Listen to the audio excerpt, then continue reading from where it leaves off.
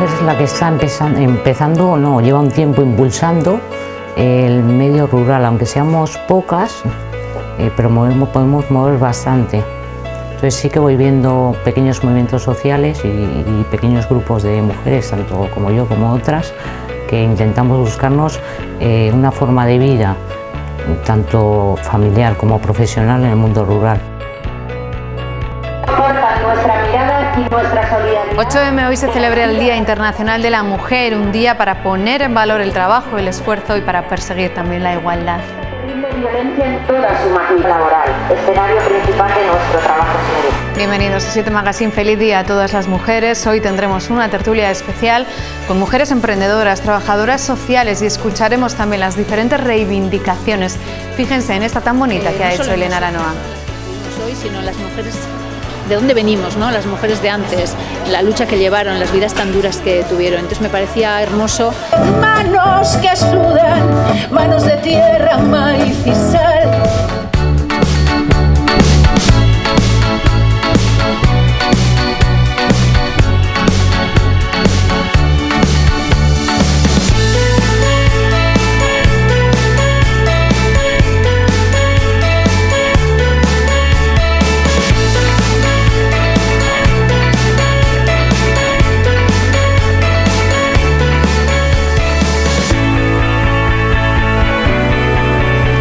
Aquí comienza 7 Magazine en las 7 de La Rioja. En esta jornada de martes vamos a echar un vistazo a la historia de nuestra comunidad. Lo vamos a hacer a través de la mirada de David Antón de Riosa Nostra. David, ¿qué tal? Muy buenas tardes, Silvia. Bienvenido. Y has venido acompañado también por Álvaro González.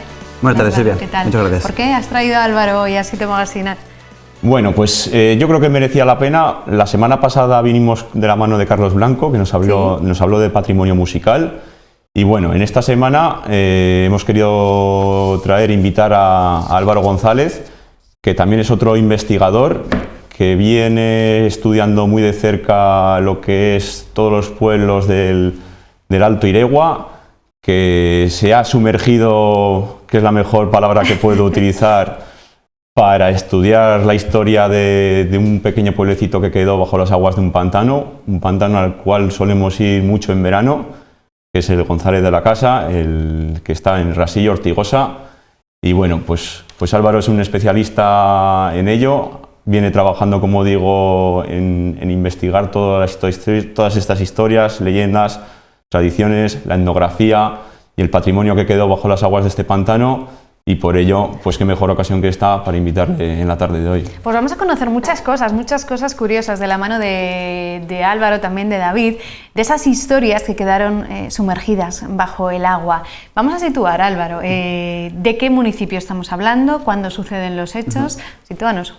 Pues estamos hablando de Ortigosa de Cameros y en concreto una de sus aldeas, que era la aldea de Los Molinos.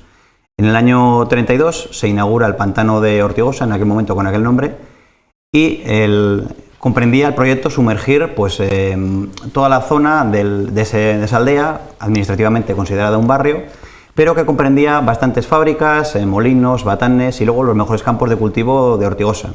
Entonces lo que estamos tratando es de poner un poco en valor qué es lo que sucedió y contar un poco la historia de las familias que tuvieron que irse de aquel pantano y bueno, se dispersaron por prácticamente todo el mundo, especialmente por el resto de España y luego en Sudamérica, evidentemente, como tantos otros, tuvieron que ir allí pues un poco a buscarse la vida, ¿no? Y es una historia que no se ha contado nunca y es una auténtica pena porque incluso en aquel momento se trató de ocultar de alguna manera, ¿no? De hacer ver como que era una alegría que no desapareciese ningún pueblo ni se expropiaran aquellos terrenos cuando la realidad es distinta, ¿no? Y hubo mucha gente que sufrió mucho con aquellos hechos. ¿Esos hechos están narrados en La voz de los desterrados? ¿Los podemos ver ahí? Esa es la idea, ¿no? La idea es que a partir de julio se publique con testimonios. Hemos querido recoger todos los testimonios posibles de gente que vivió en Los Molinos. Claro, estamos hablando de que el pueblo prácticamente queda deshabitado hacia el 45-47. Es gente quien vivió allí, la mayoría, por desgracia, han fallecido, pero queda un puñado de personas, octogenarios, nonagenarios, ¿no? Gente muy mayor, pero que en general tienen una memoria privilegiada y son personas de verdad que me estoy encontrando gente fantástica, que me están contando sus recuerdos de niñez, la vida tan dura que llevaban, pero también las travesuras, lo felices que eran jugando con otros niños. Son historias muy bonitas también de gente que se ha ido a Sudamérica, hemos conseguido encontrarles, nos han contado sus historias, cómo lo vivieron, y es muy emotivo oírles. Pues vamos a contar cómo sucedieron los hechos. Hablas del año 32, cuando se plantea la construcción de ese pantano. ¿Cómo es la sucesión de hechos? ¿Qué es lo que sigue ocurriendo? Bueno, de alguna manera, para conseguir regular el valle del Iregua, el caudal del río Iregua, y conseguir un regadío para la zona más baja y también agua de boca de calidad para Logroño y aquellos pueblos, pues lo que se plantea es la construcción de 1 o 2 pantanos en Ortigosa y en Pajares. Al final se construyeron los 2, pero el que primero salió adelante fue el pantano de Ortigosa. Ya en el año 32 se inaugura, se coloca la primera piedra, incluso estuvo el presidente de la República, Niceto Alcalá Zamora, en el acto de inauguración. Y a partir de ahí, bueno, la idea era hacer una obra de unos pocos años, 3-5 años, pero la realidad es que no se termina hasta el año 62. Por medio de una guerra civil, problemas de financiación tremendos, trabajo escaso y muy precario, maquinaria poca y mucha mano de obra. Entonces la obra se alarga muchísimo y con el alargamiento de la obra también se alarga un poco la agonía, ¿no?, y el sufrimiento de la gente. Pero prácticamente la gente sigue viviendo en aquella zona y trabajando en las tierras y en los molinos, más o menos hasta el año 47. A partir de ahí ya la Confederación comienzan a embalsar el agua, aunque no habían terminado la presa, pero sí comienzan a embalsar, y entonces como el agua poco a poco iba subiendo, aunque no a colmatar el pantano entero, pero ya la gente se termina con todo, ¿no? La última fábrica que quedaba en aquella zona era la fábrica de mantas de Navarrete, se traslada a Pamplona, con ella se trasladan varios obreros, y la gente que aún quedaba, claro, poco a poco la gente mucha pues se había ido yendo, ¿no?, en busca de un futuro mejor, porque no había ningún futuro. Mucha gente se va a Sudamérica, otra gente con la fábrica se van a Pamplona, se colocan con la Confederación Hidrográfica del Ebro en otras partes de España, pues un poco cada uno intenta buscarse el sustento de su familia. ¿Qué características tiene ese pueblo que quedó sumergido? Bueno, estaba a la vera del río Albercos y bueno, pues como ha dicho Álvaro, pues la verdadera importancia que tenía desde el punto de vista industrial, con varias fábricas de mantas, de distintos textiles, los molinos, de ahí viene también su nombre. Y bueno, pues lo que consta es la verdadera pena de luego del desarraigo de todas esas gentes que tuvieron que emigrar. Buena parte quedaron igual por la comarca, unos fueron a vivir a Ortigosa, tenemos constancia de gente que se fue a vivir a Pamplona, porque una de las industrias, una de las fábricas se trasladó allí, y bueno, pues incluso luego muchos también se fueron ya directamente a América. Y bueno, ahora lo difícil es conseguir otra vez todos esos testimonios, volverlos a recabar y dejarlos de alguna manera que haya constancia por escrito de todas estas voces. Que es lo que está haciendo Álvaro. Y es lo que está haciendo Álvaro, y bueno, y es lo que desde Rioja Nuestra pues queremos darle un empujón, incluso pues oye, vete a saber, igual alguien que nos esté viendo pues también nos puede aportar su granito de arena. Háblanos de esas investigaciones que estás haciendo, Álvaro, y en qué van a desencadenar. Bueno, por una parte, con el Instituto de Estudios Lejanos, lo que se trata es hacer un poco la parte más histórica, ¿no?, más documental, de las fábricas, en cuántas personas, la evolución histórica de la demografía, de la gente, pero a través de lo que es la voz de los desterrados, la visión es mucho más emotiva, ¿no? Ahí lo que se trata es de directamente hablar con la gente y que aporten sus testimonios, ¿no? Y es un poco lo que nos estamos centrando tanto en la parte documental, en el Archivo Histórico Provincial, en el Archivo Municipal de Ortigosa, en los propios archivos familiares, pero sobre todo en la parte, ya te digo, de hablar con la gente y que sean ellos quienes cuenten sus testimonios, porque me parece que es muy importante hacer justicia no desde un punto de vista revanchista, ¿no?, ni negativo, ni mucho menos, pero sí hacer justicia en el sentido de que se conozca lo que ocurrió, ¿no?, que esta gente que nunca ha tenido voz, que nunca ha tenido posibilidad de opinar, que se le dio pues una retribución en el mejor de los casos muy escasa, eso en el mejor, y en el peor pues directamente vete de aquí que estorbas, ¿no?, pues que por lo menos tengan esa posibilidad de contar su historia, además que sean ellos mismos quienes cuenten cómo lo vivieron y que nos cuenten cómo ha sido su vida tanto en el momento de irse como después. La voz de los desterrados, ese libro de Álvaro González en el que está recuperando esas historias, esas voces muchas veces silenciadas. Claro, ¿cómo tiene que ser que tu pueblo quede sumergido bajo las aguas de un pantano? ¿Qué te están contando? Pues la verdad que es muy emotivo cuando una persona tan mayor, ¿no?, pues se le arrasan los ojos contándote pues lo mal que lo pasaron sus padres, sobre todo porque, claro, en el caso de Ortigosa, también esto mismo lo estamos haciendo con el pantano de Pajares, que ahí se sumergieron las aldeas de Pajares y San Andrés, la mitad de San Andrés, y lo haremos con el de Mansilla, ¿no? En el caso de Pajares, la gente, esto estamos hablando de los años 90, la gente que hoy vivió allí y hoy están viva y no lo cuentan, pues al final se fueron con 50 años y lo viven con mucha más actualidad, ¿no? Y con mucha más pena. En el caso de los Molinos, pero al final quien vive y aún está vivo de aquellos años, pues son gente mayor, que no es lo mismo irte con 15 años o con 10 años o con 7 años de aquel sitio que cuando ya eres muy mayor y tienes toda la vida hecha, ¿no? Pero sí que recuerdan el dolor de sus padres, sobre todo quien tuvo que irse a América, en ese caso todavía más porque el desarraigo fue tremendo, mucha gente no volvió a ver nunca a su familia, murieron allí sin volver a tener contacto con sus hermanos. Que alguien te cuente eso, pues la verdad que, además con ese acento, ¿verdad? Tan bonito, sí. y que es una mezcla entre argentino o chileno en esos casos, pero no deja de ser español, ¿no? Se nota esa mezcla de gente que no ha acabado de irse, es gente que está allí, pero nunca ha dejado de irse de aquí.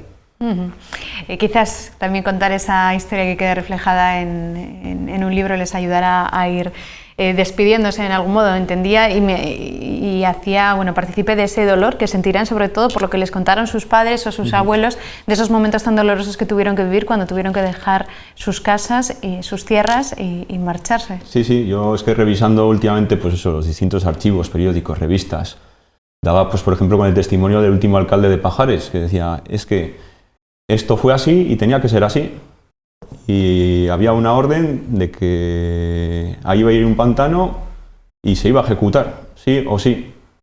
Y a sabiendas de que todas estas pobres gentes iban a recibir una mundana cantidad de dinero para buscarse la vida o cerca o lejos. Y lo que decía, pues es que al final tenía que ser así. ¿Qué tiene de diferente este pantano, esta situación, esta historia con respecto a los otros que señalabais? Bueno, ¿Qué lo hace peculiar? Lo que es este en concreto del pantano de Ortigosa fue ya proyectado durante la época de la dictadura de Primo de Rivera. Luego sí que ya la primera piedra se puso con la Segunda República. Incluso las crónicas lo dejan bien reflejado. He traído un pequeño folio en el cual se recrea el diario Ahora del 20 de septiembre de 1932, que recoge con gran entusiasmo cómo fue la colocación de esta primera piedra, a la cual acudió el propio presidente de la República, Niceto Alcalá Zamora, con su ministro de Obras Públicas, Indalecio Prieto. Y bueno, pues para la época fue todo un acontecimiento. Lo que pasa que nadie desde las instituciones de Madrid pues contaba con la idea de la población ni de los reparos que podían sucederle a todas estas buenas gentes. Y bueno, pues ya lo que es el propio pantano, el de Pajares, un poquito más tarde. Ya también costó bastante tiempo el proceso de ejecución de todas las obras. Y bueno, pues ese es más reciente en toda nuestra memoria. Incluso, pues bueno, a todos los que seguramente iban a Soria en los años 80, 90, pues les hacía muy palpable todo el proceso de construcción del pantano. Ese quizá nos pilla más cerca y de ese tenemos más recuerdos de cómo toda era la zona. Pero es curioso que los diarios de la época se hacen eco eso de la alegría por la construcción del pantano, y es cierto, pero es cierto con matices, ¿no? Evidentemente fue una gran alegría, sobre todo para los pueblos del Bajo Iregua, Isla Llana, Nalda, Albelda, Villamediana, Alberite, porque sí que se beneficiaban de la construcción de un pantano. O sea, no hay que obviar que es una infraestructura muy importante para dotar de agua, tanto de regadío como de boca, a la gente, ¿no? Pero claro, esa alegría era cierta en aquellos sitios, en la zona de la sierra, y más aún en quien tenía que irse de mala manera, pues evidentemente esa alegría no aparece en ninguna crónica, pero también hay que contarla que no fue así, y esa gente no vivió con ninguna alegría el tener que irse. De hecho, en el caso de Pajares es que se mezclan muchas mentiras, ¿no? De la gente de Pajares se dijo en aquel momento que le regalaban una casa, cosa que no es cierta. En Umbreras y luego en San Andrés, por otro motivo, se construyeron casas que se les ofreció la posibilidad de comprar pero al precio que valían, mientras que por sus casas en Pajares les dieron entre 3 veces menos, 6 veces menos de lo que costaban esas casas, con lo cual de regalo nada y sin embargo de mentiras muchas. Más luego toda la riqueza que suponían todos los pastos, todos los prados que existían en toda esta zona entre Ortigosa y el Rasillo, por los cuales pues también recibieron 4 perras, como coloquialmente se dice. ¿Hubo un periodo de transición en el que pudieron abandonar esas casas? Estoy pensando en ese ganado, en ir poco a poco. Bueno, en el caso de Ortigosa, desde la primera piedra en el 32 hasta que la orden definitiva de que aquello se desaloje es en el 47, pues al final transcurren prácticamente 15 años en el que, bueno, quien quiso se fue antes, mucha gente de hecho se fue porque quien pudo irse de hecho se fue porque no tenía sentido seguir allí. Quien tenía algún negocio, como en los molinos, por ejemplo, pues al final, hasta que se resistieron a irse mientras pudieron seguir trabajando, la fábrica lo mismo, se fue en el 47. Y en el caso de Pajares, bueno, la gente más o menos intentó, mucha gente lo mismo, se había ido. Date cuenta de que en el caso de Pajares, aunque se abandona definitivamente en el 90 y se termina en el 95, desde los años 30, 20, 20 y pico, 30, ya se venía oyendo que se iba a construir un pantano, con lo cual los años 40, 50, 60, 70, 80, mucha gente se estaba yendo porque sabían que antes o después aquello no tenía ningún futuro, ¿no? Ni había inversión en obras públicas, nunca hubo agua corriente en las casas, el agua la bebían del río, con calderos. Estamos hablando de los años 90. ¿Cuándo vamos a poder leer La voz de los desterrados? Pues la idea es que para finales de junio o julio esté terminada esta primera parte, porque bueno, la verdad que el proyecto ha crecido conforme ha crecido un poco el interés, ¿no? No sabíamos muy bien con qué material podíamos contar a nivel de testimonios, pero la respuesta ha sido, la verdad, que extraordinaria. Estamos contentísimos con cómo la gente ha respondido. Pretendíamos haberlo hecho solamente de Ortigosa y de Pajares, de esos dos pantanos. Como hay mucha gente de Mansilla que también nos ha preguntado, ¿por qué Mansilla no? Pues con toda la razón, también será de Mansilla, pero lo que vamos a hacer es estructurarlo en 3 partes.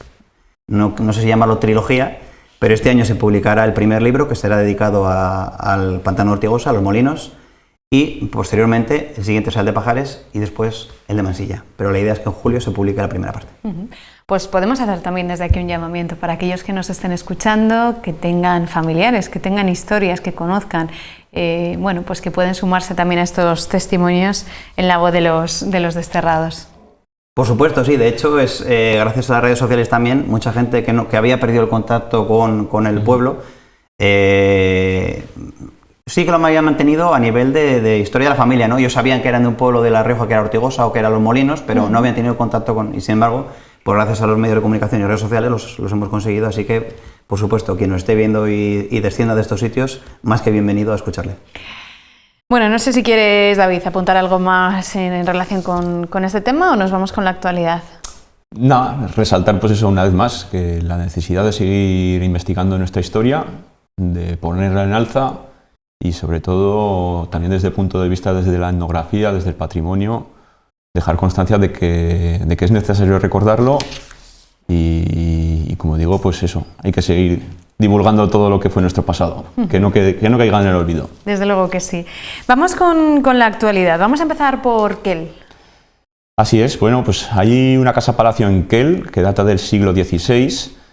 Se encuentra en muy buen estado de conservación, pero bueno, la buena noticia es que, pues, a diferencia, por ejemplo, que veníamos semanas pasadas diciendo que había patrimonio arquitectónico en nuestros distintos pueblos y en nuestras distintas ciudades al cual no se le hacía caso, se venía cayendo abajo, pues bueno, en Quel parece que va a haber una reacción y desde el ayuntamiento están dispuestos a hablar con la propiedad para poder rehabilitar esta casa-palacio que se encuentra en el mismo centro del pueblo, junto al ayuntamiento.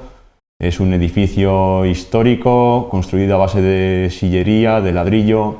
Tiene ahí un escudo de alabastro bastante bonito, pero bastante deteriorado.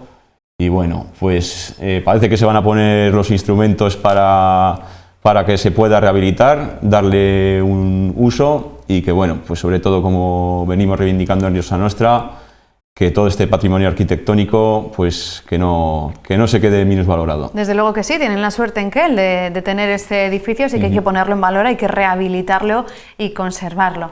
Más asuntos, David. El segundo de los temas de actualidad. Bueno, pues es el camino jacobeo del Ebro, sobre todo en el tramo comprendido entre Alfaro y Calahorra. Parece que el Consejo Superior de Patrimonio de La Rioja va a dar el visto bueno para que se tramite su catalogación como bien de interés cultural, con lo cual tendrá una protección especial y resultará, pues, fundamental para todo lo que es la divulgación del Camino de Santiago, ponerlo en alza en esta zona. No solo existe el camino francés, que es el que más conocemos, existen otros caminos, el camino ignaciano, el camino jacobeo del Ebro, que atraviesa La Rioja a través de todos los pueblos de la Ribera, va desde Alfaro y empalma con el Camino francés en Logroño. Y bueno, y en este aspecto, hace unas semanas venía yo recordando de todos esos caminos que tenemos, los GR, que recorrían el Ebro, el GR 99, que parte ocupa también este trayecto del Camino Jacobeo del Ebro. Y bueno, pues una de las reivindicaciones de Rioja Nostra es que se le dé continuidad a este Camino Jacobeo, porque hay tramos que tenemos que meternos en la Nacional 232, con lo peligroso que puede ser. Una de estas zonas conflictivas es en Agoncillo, donde a la altura de Recajo, donde la base militar, tenemos que hacer parte de este camino por la 232, tenemos que atravesar el río Leza por la plataforma de la carretera, y bueno, yo creo que teníamos que impulsar de alguna manera desde las instituciones, desde los ayuntamientos, desde la comunidad, para que haya un trazado alternativo y todos los peregrinos que utilicen este camino no tengan que ver el peligro de la 232. Pues ahí está, esa reivindicación que siempre nos gusta hacer. David Antón, gracias por haber estado hoy con nosotros. Muchas gracias a vosotros. Álvaro González, gracias. Muchísimas gracias. Te espero con la voz de los desterrados. Cuando queráis, muchas gracias. Gracias. Vamos a conocer y divulgar un poquito más también de la historia, en este caso de Logroño. Lo hace a través de su libro Bruno Calleja Escalona, que ha estado presentándolo en el IES Comercio y le hemos acompañado.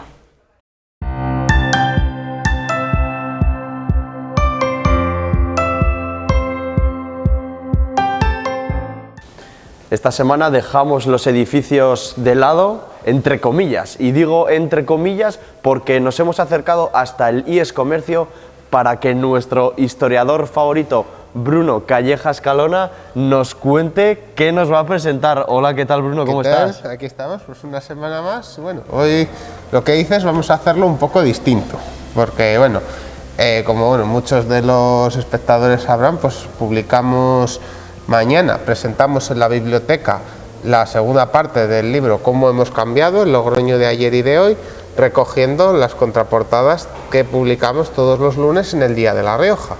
Así que pues para cambiar un poco la mecánica, pues nos hemos venido hasta el IES Comercio. Que te quería preguntar, ¿por qué has elegido esta ubicación? ¿Es significativa para ti? Eso es, pues tiene dos significados en este caso. La primera, porque es el primer capítulo de este libro está dedicada a la historia de este instituto, que aunque ahora mismo es uno de los más modernos de todo Logroño, su historia se remonta casi 2 siglos para atrás, hasta mediados del siglo XIX.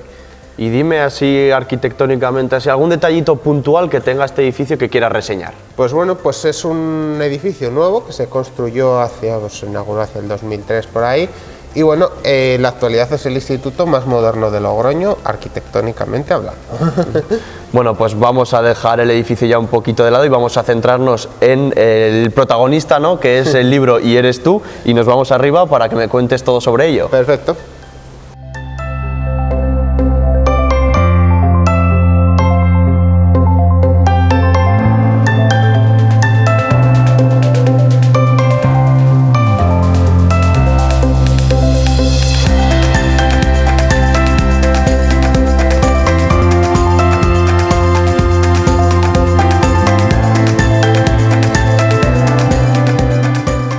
Nos ubicamos ya, Bruno, ¿no? Esta sería tu clase hace unos cuantos años. Pues sí, la verdad. Justo este pupitre. Sí, eso es.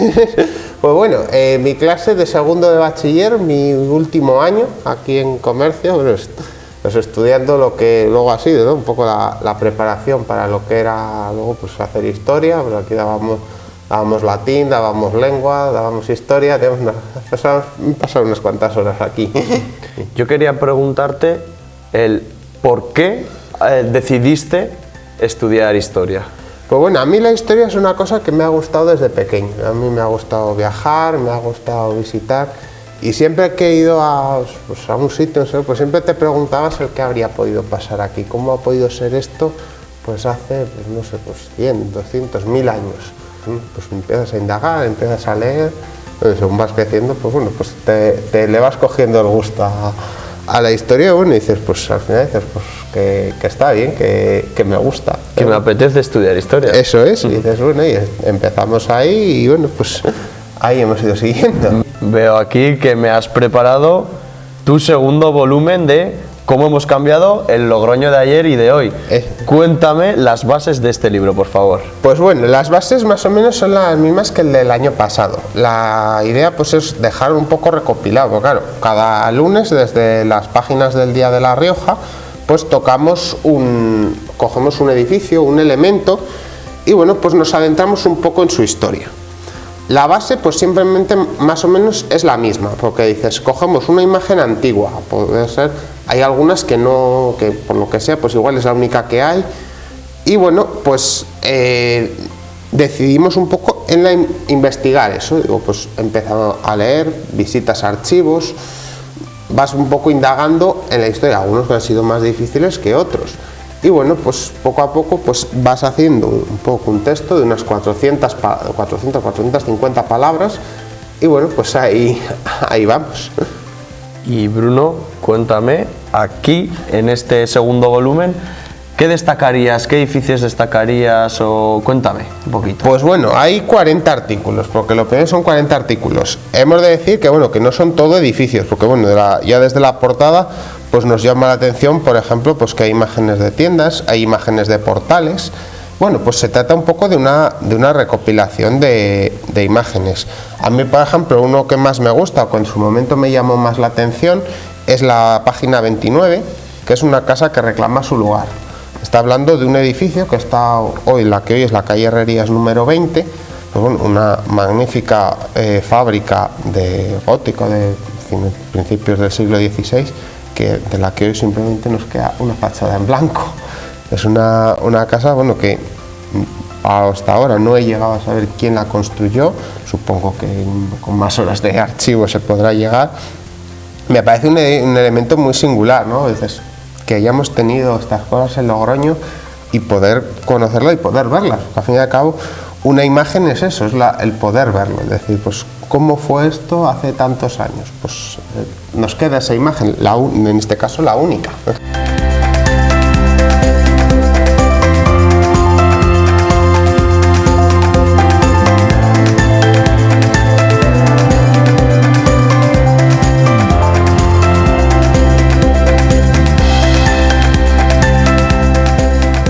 Y para terminar te quiero hacer dos preguntas. Sí. La primera, ¿qué es lo que más te ha gustado en el proceso de realización de este segundo volumen?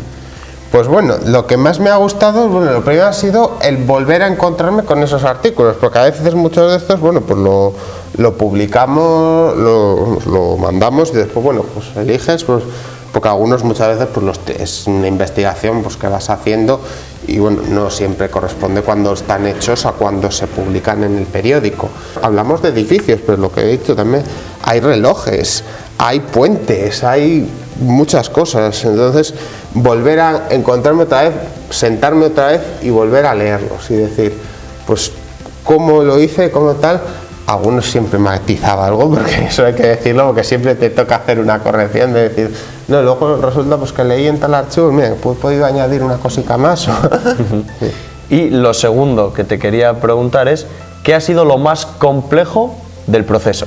Lo más complejo, desde luego, las fotos antiguas. Encontrar, pues, la foto, por ejemplo, del campo de fútbol de las Gaunas, encontrar esas fotos y poder indagar en la historia, porque claro, muchas de estas historias las tenemos escritas en legajos, pues en el ayuntamiento, están muchos, en el archivo histórico provincial también hay, y es sentarte delante de esta documentación y decir, pues bueno, pues esto es lo que hay, y dices, pues vete leyendo y sobre todo intentar acercarlo, porque claro, dices, el texto que tienes ahí, pues a veces son escrituras, son un documento de compraventa de tal, o que dice en el año tal, pues un señor quería abrir una puerta en la fachada de su casa. Es claro, traduce esos elementos a que la gente lo entienda, porque claro, es un lenguaje, al fin y al cabo, son unas páginas de periódico que lo que buscan es acercar la historia. Entonces, bueno, no queremos ser una clase de historia dura, sino queremos divulgar un poco lo que es el hecho.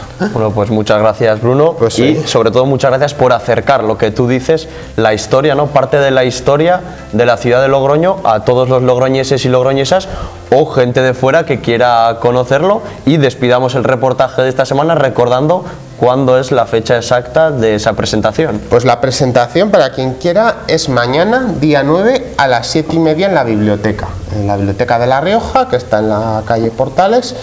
Y bueno, pues ahí en el salón de actos estaremos encantados, pues tendremos ahí a los asiduos colaboradores, a los autores que no podemos olvidar de mencionar, de prólogo, que es Federico Soldevilla, introducción, Luis Ángel García Varela, y epílogo, Paqui Uzqueda, que va a estar por allí uno de los más importantes colaboradores, a quien tengo que agradecer a veces el acceso a estas imágenes, porque vamos, tiene un fondo increíble.